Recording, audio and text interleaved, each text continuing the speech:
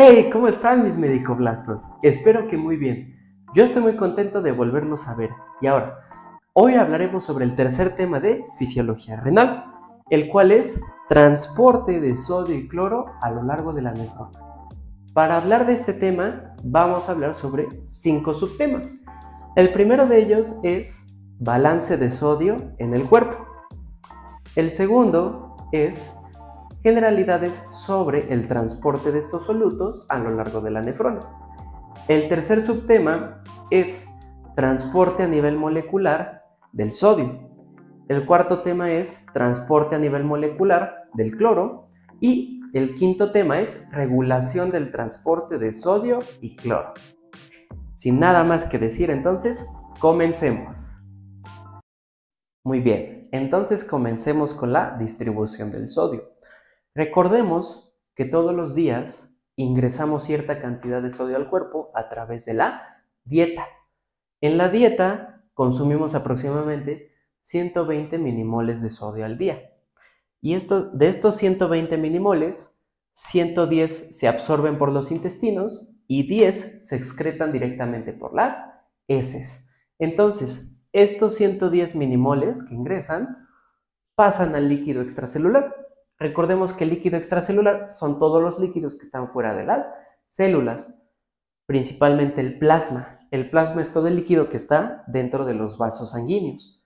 El líquido intersticial o el intersticio es este líquido que está entre los vasos sanguíneos y el líquido intracelular, es decir, el líquido que baña las células. Y el líquido transcelular, que es muy chiquito, porque solo está en cavidades muy pequeñas como el peritoneo, el pericardio, las pleuras y el líquido sinovial en las articulaciones, así como el líquido linfático.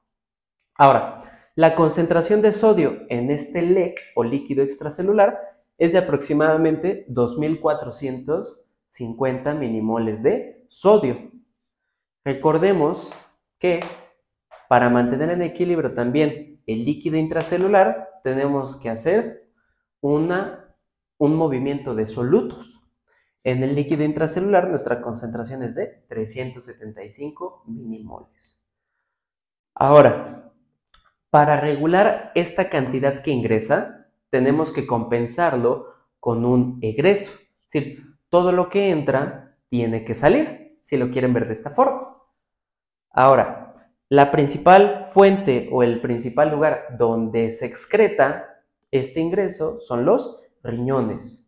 ¿Se acuerdan de la tasa de filtración glomerular? Exacto, ese numerito que nos dice cuánto plasma se expone en los glomérulos o cuánto plasma se está filtrando, son aproximadamente 180 litros por día.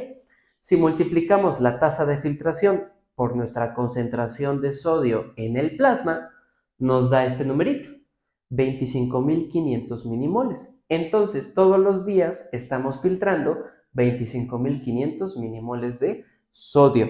Este número es muy grande porque recuerden que a lo largo de un solo día pasamos más de 10 veces la totalidad del volumen sanguíneo por los glomérulos.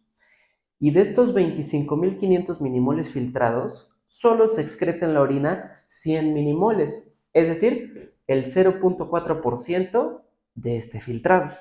Y el resto, es decir, 25.400 minimoles, se reabsorben. Y ahora, otro componente que es poco percibido, que pasa inadvertido, son las glándulas sudoríparas, ya que todos los días perdemos en el sudor 10 minimoles de sodio. ¿Ok? Entonces, con esto ingresamos 120 minimoles de sodio por día, excretamos 10 por las heces, 10 por el sudor y 100 por la orina. Entonces, ingresamos 120 minimoles de sodio y excretamos 120 minimoles de sodio al día. Esto mantiene en equilibrio la concentración de este soluto en plasma y sucede lo mismo con el agua y otros solutos. ¿Ok? Ahora, puse un asterisco acá para hacer referencia que si cambiamos tan solo un 0.1% la filtración o la reabsorción del sodio, modificamos increíblemente la concentración extracelular de sodio. Y esto puede producir aumento de peso, aumento de la presión arterial y puede llegar a ser letal. Ahora, vamos con nuestro segundo subtema, que es generalidades del transporte de sodio y cloro en la nefrona. Perfecto. Entonces, hablemos sobre la reabsorción y el transporte de sodio a lo largo de la nefrona. ¿Se acuerdan la cantidad que se filtraba diariamente de sodio? Exacto. Es de aproximadamente 25.500 milimoles de sodio. Consideremos esta cantidad filtrada diaria como un 100%.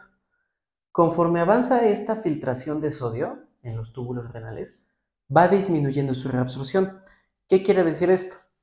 Que al principio de la nefrona su reabsorción es mayor y conforme se aleja o va avanzando, disminuye su reabsorción. En el túbulo proximal, que está conformado por el túbulo recto y el túbulo contorneado proximal, se reabsorbe el 67% del filtrado. En el asa de Henle se reabsorbe aproximadamente el 25% del filtrado. En el túbulo contorneado distal, el túbulo de conexión, el túbulo colector inicial y el túbulo colector cortical solo se reabsorbe 5% del filtrado. Y por último, en los conductos medulares externo e interno, solo se reabsorbe el 2.6% del filtrado, lo que nos deja una orina con un volumen de 1500 mililitros por día y una concentración de sodio de 100 milimoles diarios. Ahora, estos valores pueden cambiar si nosotros cambiamos la carga filtrada, es decir, si metemos más sodio o metemos menos sodio a la filtración. Y también estos valores se pueden ver afectados por unos sistemas reguladores que veremos en el último subtema, como la hormona antidiurética, el péptido natriurético atrial, la angiotensina, ¿vale? Y ahora, ¿cómo sucede este movimiento de sodio en las nefronas? Tomemos un segmento de nuestro túbulo y lo amplifiquemos. Tenemos aquí la luz del túbulo, es decir, el contenido del túbulo, las células que forman el túbulo renal, y ahora, entre el túbulo y los capilares peritubulares, a donde se va a reabsorber todo lo que salió de la luz, tenemos el intersticio renal. Entonces, esta reabsorción del sodio puede tener dos vías. La transcelular, donde cruza el soluto la membrana apical, es decir, la membrana que está hacia la luz, entra al citoplasma y puede salir por la membrana basal, es decir, la membrana que forma el suelo de la célula, o por la membrana lateral a través de las uniones estrechas. Recuerden que entre membranas laterales de células se forma un espacio pequeño llamado uniones estrechas. Y ahora, la vía paracelular, esta es más sencilla, porque aquí cruza estas uniones estrechas sin entrar a la célula. Y todo lo que pasa al intersticio, ahora sí, es reabsorbido por el capilar peritubular. ¿Se acuerdan que el capilar peritubular tiene mayor presión oncótica que hidrostática? Porque aquí ya nada más quedan proteínas que no se filtraron en el glomérulo. Exactamente. Por eso estas fuerzas permiten la reabsorción. Ahora, vamos a ver a más detalle estas dos vías. Muy bien. Entonces, empecemos recordando que tenemos aquí la porción inicial de la nefrona. La cápsula de Bowman, el túbulo renal, el glomérulo y que la rama de la arteriola eferente sale y forma la arteriola peritubular y su respectivo capilar. Ahora, tomemos este segmento de la nefrona y vamos a ampliarlo en este dibujo, ¿ok? Y ahora, vamos a especificar el transporte transcelular y el paracelular. Vamos a empezar con el transcelular. Pero antes de tocarlo, déjame hablarte un poquito sobre las concentraciones y los voltajes de los diferentes espacios en este diagrama. En la luz del túbulo tenemos una concentración de 145 milimoles de sodio. En la célula tubular tenemos una concentración de 15 milimoles de sodio y un voltaje de menos 70 milivoltios. Y en el capilar o en el intersticio renal tenemos una concentración de sodio de 145 milimoles y un voltaje de 0 milivoltios. Si se dan cuenta, la luz y el capilar y el intersticio tienen la misma concentración y un voltaje parecido. Ahora, recuerden que la vía transcelular consiste en un movimiento dentro de la célula y sale por la membrana basolateral. Es decir, entra por la membrana apical y de aquí sale por la membrana lateral o la membrana basal. Y ahora, este movimiento transcelular depende de dos factores: el gradiente electroquímico y los canales y transportadores presentes en estas membranas. Vamos a empezar hablando del gradiente electroquímico. ¿Qué es esto del gradiente electroquímico? No es nada más y nada menos que la dirección en la que se mueven las moléculas. Ahora, para entender esto del gradiente electroquímico, déjenme ponerles un ejemplo.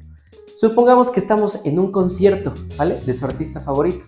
The Weeknd, Taylor Swift, Bad Bunny, del que ustedes quieran, ¿no? Entonces, ¿qué es más fácil que yo pueda hacer en ese concierto? Suponiendo que estamos en medio de toda la muchedumbre. Que yo me mueva junto con toda la gente, es decir, ni siquiera me estoy moviendo, me va empujando la gente a donde se mueven, ¿no? O que yo me quiera mover en contra de la dirección en la que se mueve la gente, ¿no? Es más difícil que yo me quiera mover en contra de la dirección de la gente, porque son más personas, ¿no? Lo mismo pasa con los solutos. Aquí el sodio está más concentrado afuera que adentro de la célula. Entonces se mueve en esta dirección. Y como el espacio extracelular es positivo y el espacio intracelular es negativo eléctricamente, el sodio, al tener carga positiva, se siente atraído por el interior de la célula. Eso es el gradiente electroquímico. Y ahora, la presencia de canales y transportadores varían dependiendo del segmento de la nefrona. Entonces, veamos. En el movimiento apical, es decir, la entrada del exterior o el túbulo al interior de la célula, los canales van a ser diferentes. En el túbulo proximal, la rama ascendente gruesa y el túbulo contorneado distal, el movimiento apical está dado por transportadores y canales de sodio. Y en el resto de la nefrona, los canales van a ser canales epiteliales de sodio. Ojo con eso. Ahora, el movimiento vasolateral es igual en todos los segmentos de la nefrona. Siempre va a estar dado por la bomba de sodio-potasio. Ahora, de esto que les acabo de platicar podemos concluir que el movimiento apical es a favor del gradiente, es decir, sigue la fuerza de las moléculas. Es un transporte pasivo y está dado por transportadores y canales. Pero el movimiento vasolateral es en contra del gradiente. ¿Por qué? Porque aquí está menos concentrado el sodio y aquí afuera está más concentrado el sodio. ¿Se acuerdan del ejemplo? Es más fácil que 10 personas venzan a una que una persona quiera vencer a 10. Y está dado por un transporte activo que es la bomba sodio-potasio. Ahora, vamos con el movimiento o la vía paracelular. Esta es más sencilla porque no requiere de transportadores, ya que no estamos cruzando una membrana, sino que estamos pasando por el espacio entre dos células. Este movimiento paracelular está dado, lógicamente, por el gradiente electroquímico. Si está más concentrado el sodio en la luz que en el capilar, se va a favorecer la reabsorción. Pero si está más concentrado el sodio en el capilar que en la luz, se va a favorecer la fuga de sodio. Este movimiento se conoce como fuga de retorno. Entonces, el movimiento paracelular también varía en diferentes segmentos de la nefrona. Donde se favorece la reabsorción de sodio es en el segmento S1, S2 del túbulo proximal y en la rama ascendente gruesa. Y en el resto de la nefrona, es decir, en S1 y en todos los conductos que van después de la rama ascendente gruesa, se favorece la fuga de retorno. Con esto, espero que haya quedado claro qué características tienen estos dos transportes. Ahora, vamos con el transporte a nivel molecular del sodio. Entonces, empecemos hablando del transporte a nivel molecular del sodio. Independientemente de si hablamos del sodio, del cloro o del agua, vamos a seccionarlos en las diferentes partes de la nefrona. Con el sodio vamos a empezar hablando con los transportadores que están en el túbulo contorneado proximal. Recuerden que el movimiento transcelular está dado por dos fases. El movimiento apical, que es de la luz al citoplasma, y el movimiento vasolateral, que es del citoplasma al capilar. Vamos a empezar con el movimiento apical y está dado principalmente por tres transportadores. El primero es un transportador llamado SGLT, que es un transportador de sodio y glucosa. Este tipo de transportador que se encuentra en el riñón es el SGLT2 y permite que por cada molécula de glucosa que pase, también se mueva una de sodio. El segundo transportador es el intercambiador de sodio-hidrógeno. Este intercambiador mueve una molécula de sodio hacia adentro y una molécula de hidrógeno hacia afuera. Y por último tenemos las acuaporinas, que también las vamos a ver un poquito más adelante. Estas permiten el paso de agua de la luz hacia el citoplasma. Y ahora, vean acá, tenemos una molécula de agua. Esta se va a disociar en hidrógeno, que me va a permitir tener el sustrato para que se lleve a cabo la función de este transportador. Y el grupo hidroxilo se va a conjugar con dióxido de carbono a través de la enzima anhidrasa carbónica y me va a formar bicarbonato. Y este bicarbonato ayuda ahora al movimiento del sodio hacia el capilar. ¿Qué son estos dos movimientos? En el que incluye bicarbonato, usamos un cotransportador de bicarbonato sodio, en el cual por cada molécula de sodio que sacamos, movemos 3 moléculas de bicarbonato. Y por último, el que siempre hemos hablado, la bomba sodio-potasio. Esta, recuerden que está presente en todos los segmentos de la nefrona. Esta es la única que tiene transporte activo. Entonces, para mover 3 moléculas de sodio hacia afuera, yo debo de ingresar 2 moléculas de potasio al citoplasma y esto requiere una molécula de ATP. Se dice que el 95% de la energía del riñón se ocupa para este transporte, ya que es de los pocos que requiere ATP. Ahora, ¿qué pasa con el siguiente segmento de la nefrona? Ahora, vamos con la rama ascendente gruesa. El 50% del transporte del sodio aquí se da por la vía transcelular y el otro 50% por la vía paracelular. Empecemos por la transcelular. Tenemos aquí el mismo intercambiador de sodio-hidrógeno. Aquí lo que resalta es este cotransportador. Es el cotransportador de sodio, potasio y cloro. Por cada ciclo se mueve una molécula de sodio, una de potasio y 2 de cloro. Y ahora, todo el sodio que ingresa sale de la misma forma que en el túbulo contorneado proximal, por la bomba sodio-potasio y por el cotransportador de bicarbonato sodio. Tanto aquí en la rama ascendente gruesa como en el túbulo contorneado proximal son importantes estos canales de potasio, porque al sacar potasio, favorecemos el gradiente electroquímico y que tenga sustrato para la función de la bomba sodio-potasio, y también para que en este caso haya sustrato para este cotransportador. Ahora, cabe señalar que en este segmento de la nefrona, los diuréticos de asa como la furosemida inhiben el cotransportador de sodio, potasio, cloro. Y ahora, recuerden que la otra mitad del transporte de sodio es por la vía paracelular, ya que en la rama ascendente gruesa es de los pocos segmentos de la nefrona que tienen un voltaje transepitelial positivo, debido a los voltajes en la membrana vasolateral. ¿Vale? Ahora, vamos con el siguiente segmento de la nefrona. Vamos con el túbulo contorneado distal. La mayor parte del transporte aquí se da de forma transcelular, dado por un cotransportador de sodio-cloro. Este cotransportador, que es el principal transportador que mueve sodio a la célula, es sensible a un diurético llamado tiazida o los diuréticos tiazídicos. Y ahora, el sodio que ingresa a la célula sale por la bomba sodio-potasio. Un dato interesante de esta región del túbulo contorneado distal, así como de la rama ascendente gruesa, es que es muy poco permeable al agua. Por lo tanto, se dice que el túbulo con tornea distal y la rama ascendente gruesa son un segmento dilutor. ¿Por qué? Porque en la luz tubular se está quedando solamente agua y se están reabsorbiendo las sales. Entonces, el líquido tubular se diluye o es hiposmótico, ya que el soluto se está absorbiendo y solo queda con agua. Vamos a la última porción de la nefrona. Ahora nos falta el túbulo colector inicial y el túbulo colector cortical. Aquí el transporte es igual de sencillo. Recuerden que la reabsorción de sodio disminuye conforme avanzan los segmentos de la nefrona.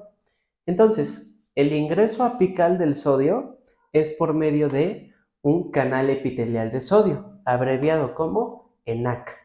Esta proteína está formada por un trímero, obviamente tiene 3 subunidades, una alfa, una beta y una gamma. Este canal epitelial de sodio puede ser bloqueado por un diurético llamado amilorida. Incluso en dosis bajas tiene buena respuesta para la inhibición de este canal. Y ahora, el sodio que ingresa, de la misma forma, es expulsado por la bomba sodio-potasio. Recordemos que son importantes los canales de potasio para mantener el gradiente electroquímico y que tenga sustrato la bomba sodio-potasio para que siga funcionando. Nos faltaría el conducto colector medular externo e interno. En este caso, no voy a presentar una imagen, ya que aquí el transporte es casi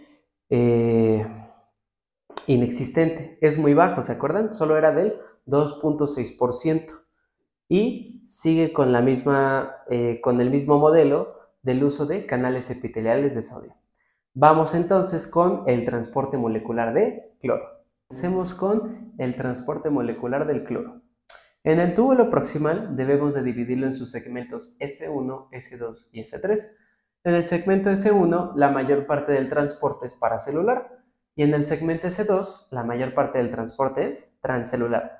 Comencemos con el paracelular. Aquí el cloro se mueve gracias al paso de solvente, es decir, del agua. El agua se puede mover ya que recuerden, a donde se mueve el sodio, se mueve el agua. Esto es debido a que el sodio crea un gradiente electroquímico, ¿se acuerdan? Y este gradiente impulsa el agua. Entonces, al mover el agua, movemos el cloro. Y esto se conoce como arrastre por solventes. Ahora, por la vía transcelular tenemos un transportador, que es el intercambiador de cloro bases o de cloro aniones. Este intercambiador mueve una molécula de cloro hacia adentro y una molécula de alguna base o anión hacia afuera. Esta base o este anión puede ser formato, oxalato, bicarbonato o grupos hidroxilos. Y ahora, presten atención con esto, porque si nosotros estamos excretando bases hacia la luz tubular, estamos alcalinizando la orina. Entonces, para contrarrestar este efecto, viene el intercambiador de sodio-hidrógeno. El hidrógeno que sale neutraliza la base, ¿ok? Y el sodio ingresa. Recuerden que este intercambiador ayuda al transporte o reabsorción de sodio a la misma altura. Ahora, esta base neutralizada con un hidrógeno ingresa y ayuda a mantener los sustratos para que estos dos intercambiadores funcionen adecuadamente. Ahora, para mover el cloro en la membrana vasolateral, usamos los canales de cloro y un cotransportador de cloro-potasio. Recordemos que aquí tenemos también la bomba sodio-potasio. Entonces, el potasio que ingresa ayuda a mantener el sustrato para este cotransportador de cloro. Ahora, en la rama ascendente gruesa, el transporte de cloro es 100% por vía transcelular. Recuerden que la reabsorción de sodio era 50% transcelular, 50% paracelular. Aquí el cloro es 100% transcelular. Comencemos con el cotransportador de sodio, potasio, cloro. Es el mismo que mueve sodio, pero a la vez reabsorbe cloro. Este es el principal cotransportador que va a mover cloro por la membrana apical. Y ahora, por la membrana vasolateral va a salir este cloro por un canal de cloro específico. Sin embargo, hay un intercambiador de clorobicarbonato en la membrana vasolateral. Pero independientemente de que en este intercambiador ingrese cloro, la cantidad que sale del canal supera el ingreso de este intercambiador, ¿ok? Ahora, recordemos que en la rama ascendente gruesa hay poca permeabilidad al agua. También tenemos nuestro intercambiador de sodio-hidrógeno y del lado vasolateral la bomba sodio-potasio. En el túbulo contorneado distal, el transporte de cloro es principalmente transcelular y se da por el cotransportador de sodio-cloro. Recordemos que este cotransportador ayuda al movimiento de sodio en este mismo segmento, pero ahora estamos hablando del cloro. Entonces, este es nuestro principal transportador y va a salir por los canales de cloro. Estos canales de cloro son de la misma familia que vimos en la rama ascendente gruesa.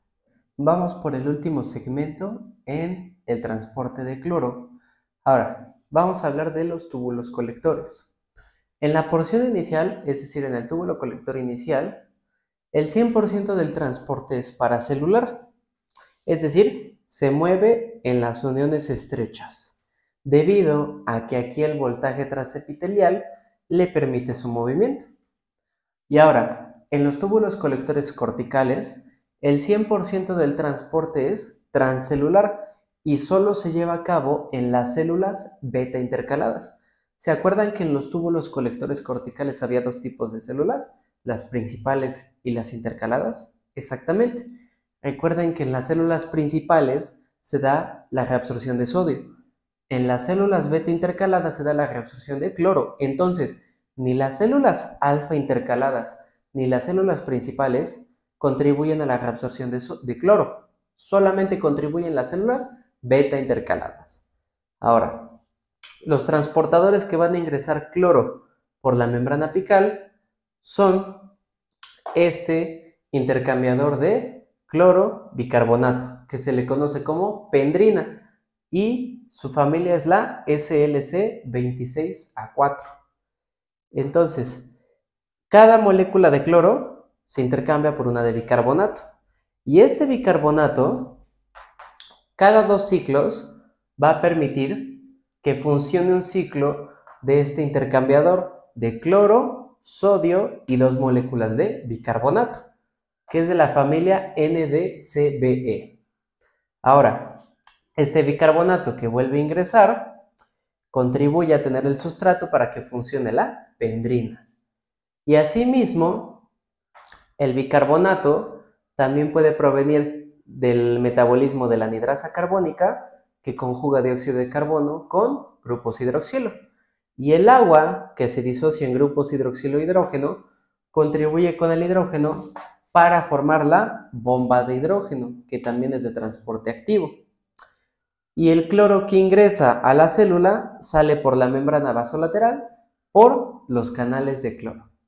Con esto terminamos el transporte a nivel molecular del sodio y del cloro. Ahora, vamos con el último subtema, que es la regulación de estos dos transportes, del sodio y del cloro.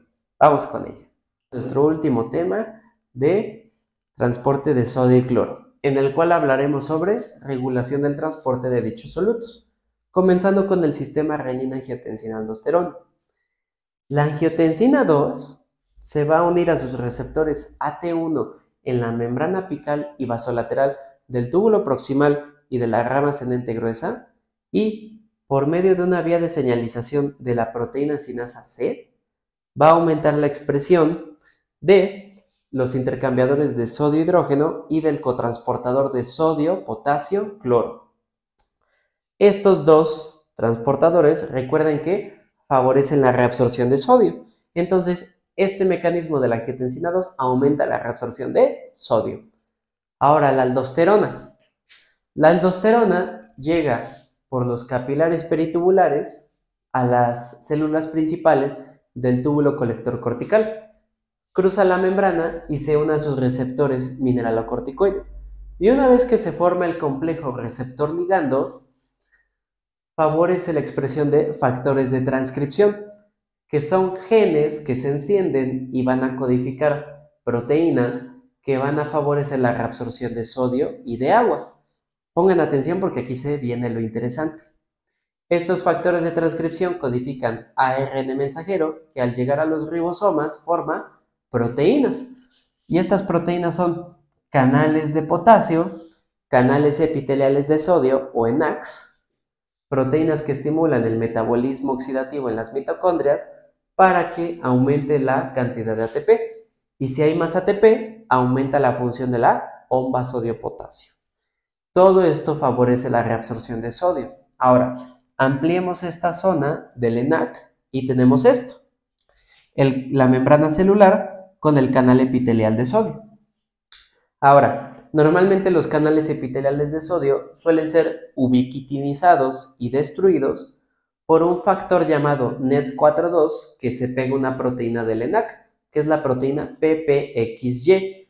Pero para evitar esta ubiquitinización y destrucción, otra proteína que sintetiza la acción de la aldosterona es la sinasa inducida por suero y glucocorticoides, la SGK1. Esta sinasa fosforila los sitios de PPXY y evita que se pegue el factor que ubiquitiniza y destruye el canal epitelial de sodio, y con esto garantiza más reabsorción de sodio. La segunda o el segundo sistema que regula el transporte de sodio y cloro es la enzima 11-beta hidroxiesteroide deshidrogenasa 2. Suena larga, sí, pero su función es muy interesante y es sencilla. Esta enzima lo que hace es convertir el cortisol en cortisona. El cortisol es un glucocorticoide y este glucocorticoide se puede unir a los mismos receptores mineralocorticoides que la aldosterona y también se puede unir a sus receptores glucocorticoides. Entonces, como se puede unir a estos receptores, produce las mismas respuestas que la aldosterona. Para evitar que haya un exceso de respuesta por haber cortisol y aldosterona en la célula, se enciende esta enzima o se activa y entonces convierte el cortisol en cortisona. La cortisona ya no se puede unir a estos receptores y entonces solamente deja al mando la aldosterona, disminuyendo un exceso de respuesta en la célula.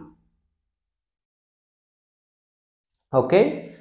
Ahora, hay situaciones en las cuales puede disminuir la actividad de esta enzima. Por ejemplo, el consumo de regaliz y de ácido glicirretínico.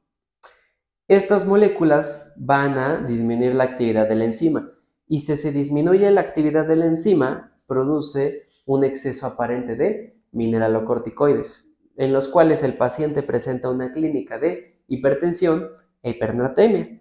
Entonces, debemos de dar sustancias que eviten la unión del regaliz o el ácido con la enzima, ¿ok? Ahora, vamos con los siguientes reguladores del transporte de sodio y de cloro. El siguiente sistema que regula la reabsorción de sodio es el sistema nervioso autónomo en su rama simpática. Las terminales nerviosas simpáticas que llegan al riñón sintetizan noradrenalina y esta noradrenalina va a producir dos cosas.